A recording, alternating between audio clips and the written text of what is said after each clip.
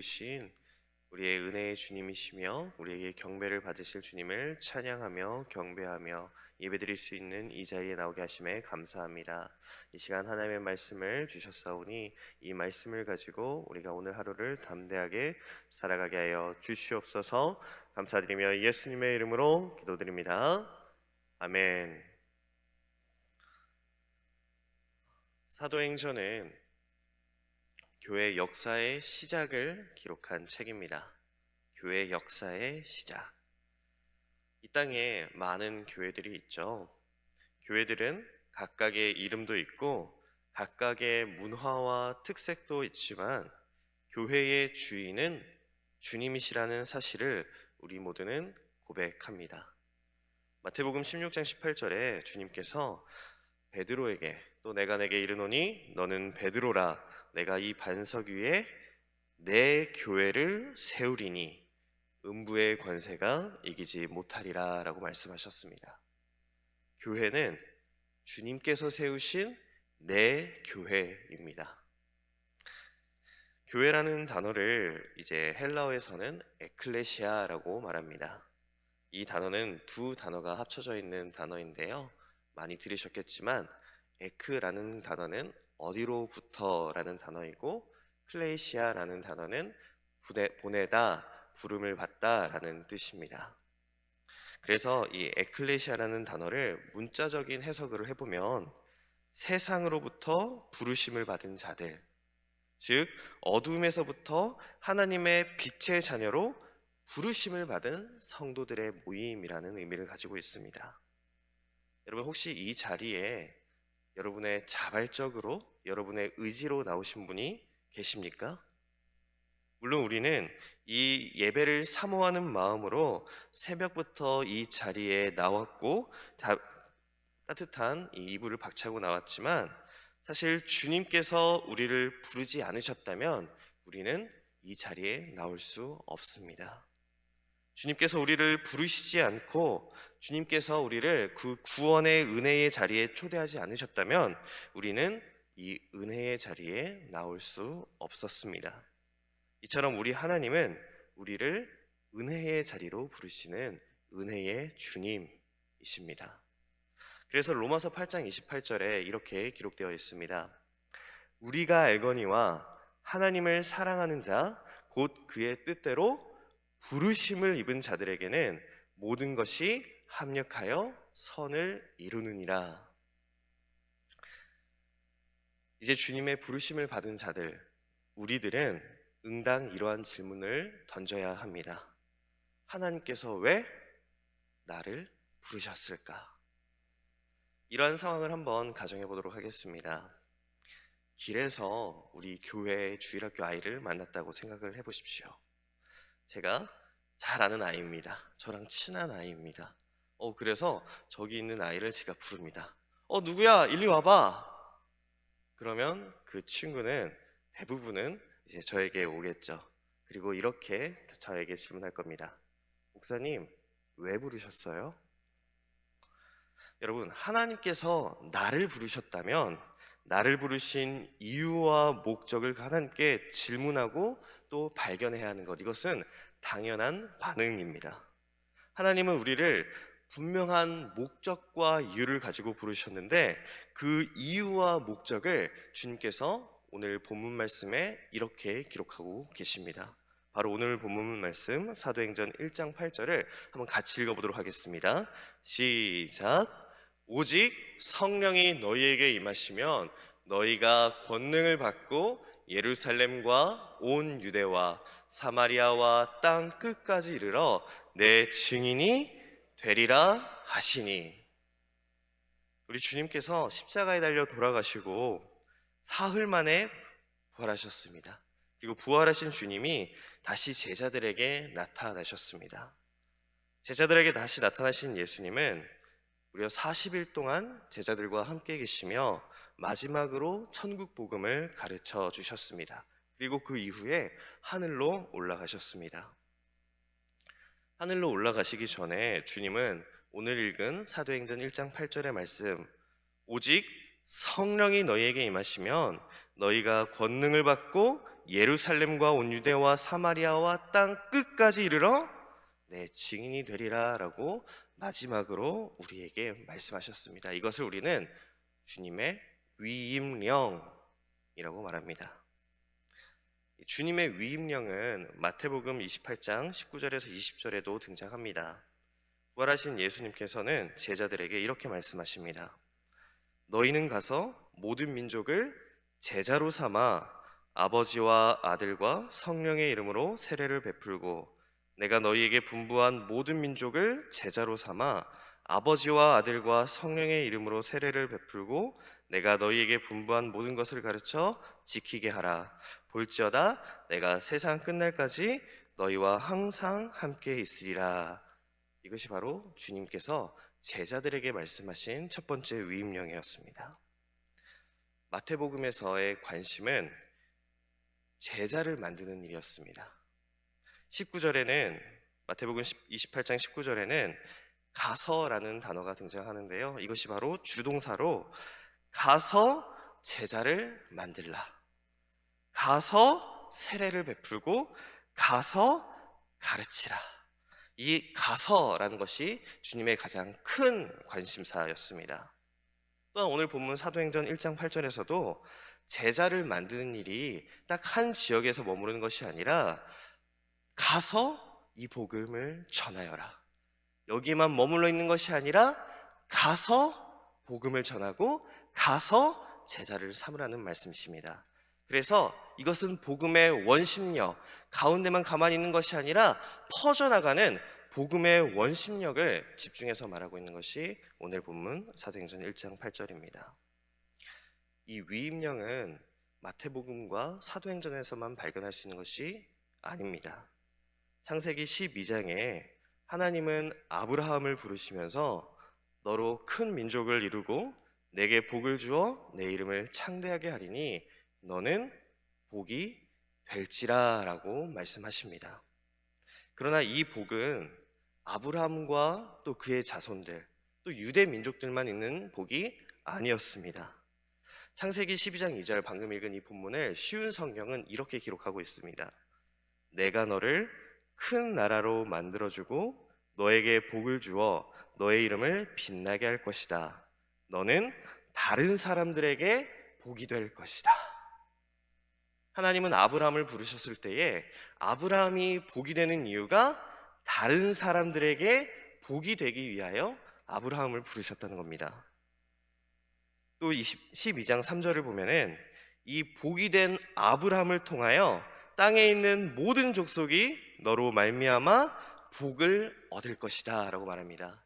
너를 축복하는 자에게는 내가 복을 내리고 너를 저주하는 자에게는 내가 저주하리니 땅의 모든 족속이 너로 말미암아 복을 얻을 것이라 하신지라. 아멘.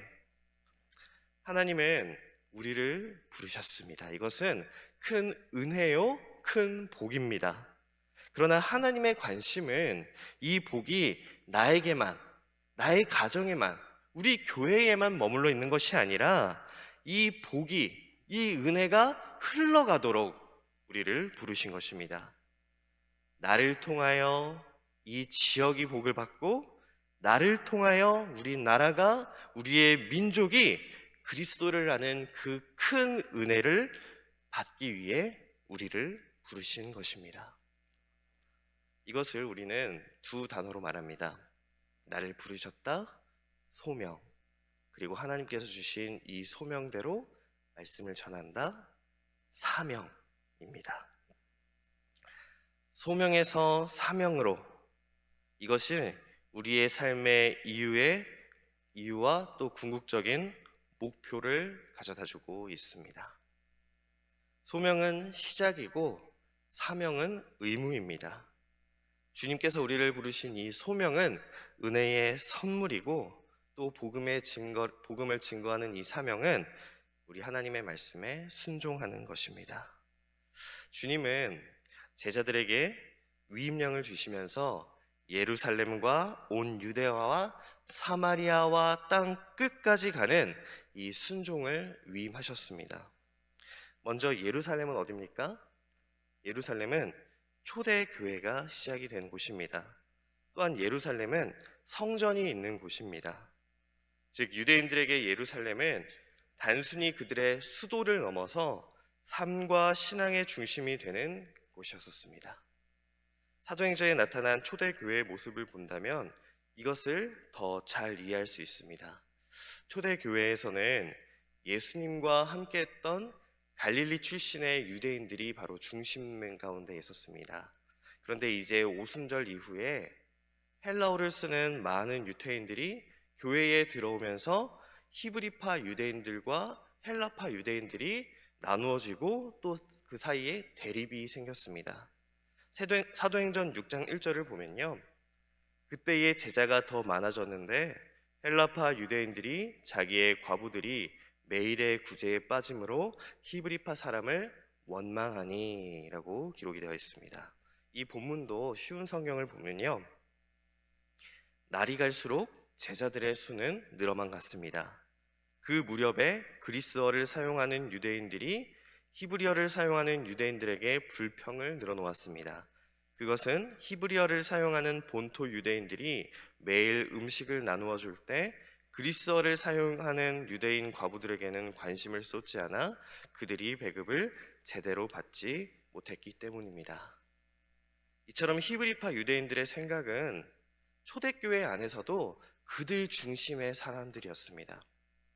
유대인들은 세상에 있는 사람들을 딱 두 종류의 사람으로 봅니다. 어떻게 보냐면 유대인과 이방인. 이것이 그들이 다른 사람들, 이 세상에 있는 많은 사람들을 보는 관점입니다. 세상에 있는 모든 민족 중에 자신의 민족들, 이 유대인들만 구원받는 이 선민 사상이 복음이 퍼져나가지 못하고 자기 중심적으로만 머무게 되는 이 원인이 된 것입니다. 이 유대인들의 사고를 깨뜨리는 초대교회에 큰 사건이 있었습니다. 그것은 바로 스데반 집사의 설교 말씀이었습니다. 사도행전 7장에 기록된 스데반의 설교에는 3명의 성경 인물이 등장합니다. 아브라함, 요셉, 그리고 모세가 등장합니다. 아브라함과 요셉, 모세는 공통점이 있는데 이들 모두는 자기의 고향을 떠났던 디아스포라의 사람들이었다는 것이었습니다. 아브라함은 자기의 고향을 떠나서 복이 되라라는 이 하나님의 말씀을 들었고요. 요셉은 노예로 팔려간 이 애굽에서 하나님의 섭리를 발견했습니다. 또한 모세도 미디안에 있을 때 하나님께서 부르셨고 백성을 인도하여 내라라는 이 보내심도 받았습니다. 이 세 인물을 통하여 스데반은 하나님은 우리 이곳 예루살렘에서뿐만이 아니라 하나님은 어디서나 일하시고 하나님의 관심은 저 땅 끝까지 있다라는 것을 설교한 것이 스데반의 설교였습니다. 스데반이 이렇게 설교를 하자 예루살렘과 성전이 그들의 신앙과 삶의 중심이었던 이 유대인들의 구심점, 자기 안으로만 들어가려는 이 구심점이 무너지는 설교였던 것이었습니다. 이것을 듣고 유대인 대제사장과 그 자리에 있던 유대인들이 스데반을 어떻게 죽입니까? 돌로 쳐 죽입니다. 심지어 그 자리에는 스데반의 죽임을 합당하게 여기는 사울도 있었습니다. 그것이 오늘 사도행전 8장 1절에 기록이 되어 있습니다. 이와 같은 생각은 유대인들의 주된 생각이었습니다. 그들의 디아스포라의 중심 생각이었습니다. 그들이 머물고 있는 이스라엘 밖의 땅은 하나님께서 일하시는 곳이라고 생각하지 않았고 하나님의 능력을 제한하기 때문에 복음이 유대와 사마리아 땅 끝까지 흘러가지 못했던 것입니다. 그러나 주님은 이런 말씀을 하셨습니다. 가서 예루살렘과 온 유대와 사마리아와 땅 끝까지라고 말씀하셨는데 사도행전 7장까지의 교회는 예수님의 사명, 예수님께서 주신 이 위임령을 감당하지 못하고 있었던 것입니다. 이러한 상황 가운데 스데반 집사의 죽음은 복음의 전환점을 맞아서 복음이 땅 끝까지 가는 이 시작점이 되었습니다. 여러분, 스데반의 죽음은 끝이 아니었습니다. 오히려 스데반의 죽음은 시작이었습니다.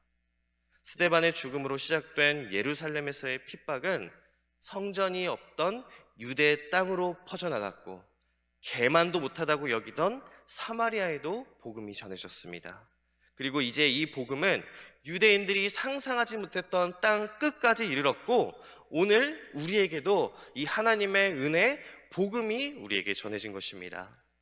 여러분, 우리에게도 이 사명이 있습니다.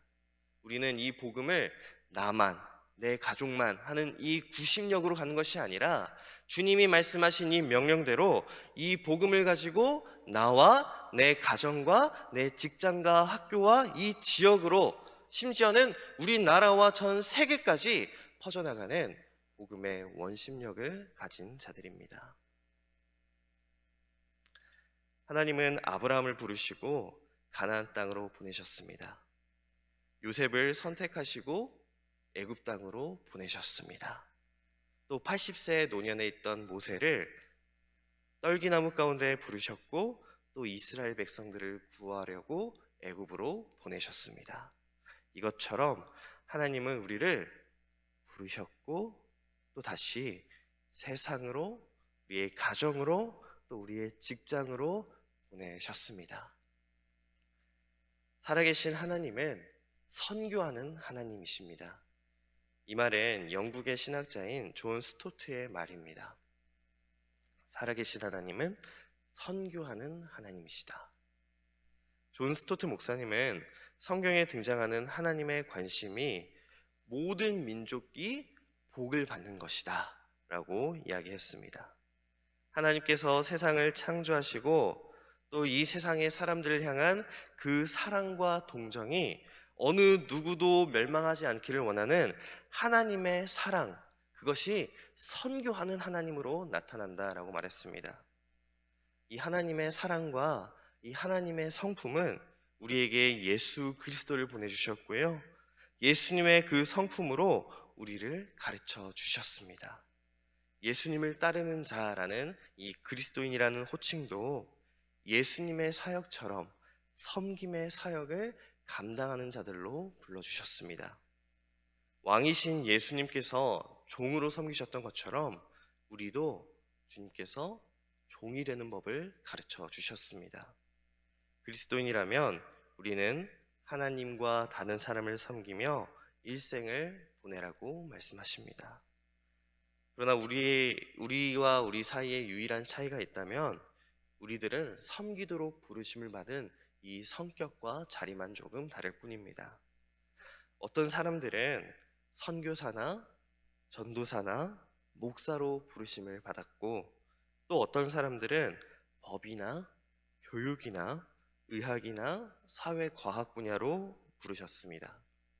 또 어떤 이들은 상업과 산업과 농업으로 부르셨고, 또 어떤 이들은 가정 가운데 집안을 지키는 자로, 또 가정을 세우는 자로 우리를 부르셨습니다. 이 모든 영역과 또 그 외의 다른 영역에서 그리스도인들은 우리의 소명을 발견해야 합니다. 하나님께서 이 자리를 왜 이렇게 불러주셨을까? 이것을 하나님의 방법대로, 하나님의 시각에서 해석하고 그것을 사명으로 감당해야 하는 일을 우리가 해야 하는 것입니다. 사랑하는 성도 여러분, 살아계신 하나님은 우리를 복의 자리로 부르셨습니다. 또 우리가 그 복이 되라고 우리의 가정과 우리의 직장과 우리의 학교에 나를 보내셨습니다. 하나님은 우리 모두를 복의 자리로 부르셨습니다. 또 우리를 부르신 분명한 목적은 이 복을 전하는 복의 통로가 되라고 말씀하십니다. 오늘 말씀을 생각하면서 오늘 아침 이와 같은 기도 제목을 가지고 기도하기를 바랍니다. 나를 부르시고 또 보내시는 우리 하나님을 바라보면서 하나님의 말씀에 순종하겠습니다. 주님이 나를 불러주셨으니 나는 이 사명에 순종하겠습니다. 나를 통해 복음이 흘러가겠습니다. 나의 가정과 나의 직장과 나의 학교, 그리고 심지어 땅 끝까지라도 주님의 복이 흘러가는 통로가 되겠습니다. 이 순종이 있기를 소망합니다. 이와 같은 다짐과 결단으로 오늘 하루를 살아가는 저와 여러분이 되시기를 주님의 이름으로 축복합니다. 기도하겠습니다. 하나님 아버지 감사합니다. 하나님은 우리를 복 주시기 위해 부르셨고 또 그 복을 전하기 위해 부르셨음에 감사드립니다. 지금 세상은 하나님의 은혜와 하나님의 복이 너무나도 필요합니다. 이 나라와 온 세계 가운데 우리가 세상의 빛과 소금이요 하나님의 복의 통로가 되게 하여 주시옵소서. 오늘 우리에게 주신 말씀을 가지고 오늘 하루를 살아갈 때에 나의 가정, 나의 직장, 나의 학교가 주님의 영광을 나타내는 곳 되게 하여 주시옵소서. 우리의 연약함을 아시는 주님께서 우리를 성령 충만하게 하셔서 시험과 어려움이 있을 때마다 주님의 은혜와 지혜로 이기게 하여 주시옵소서.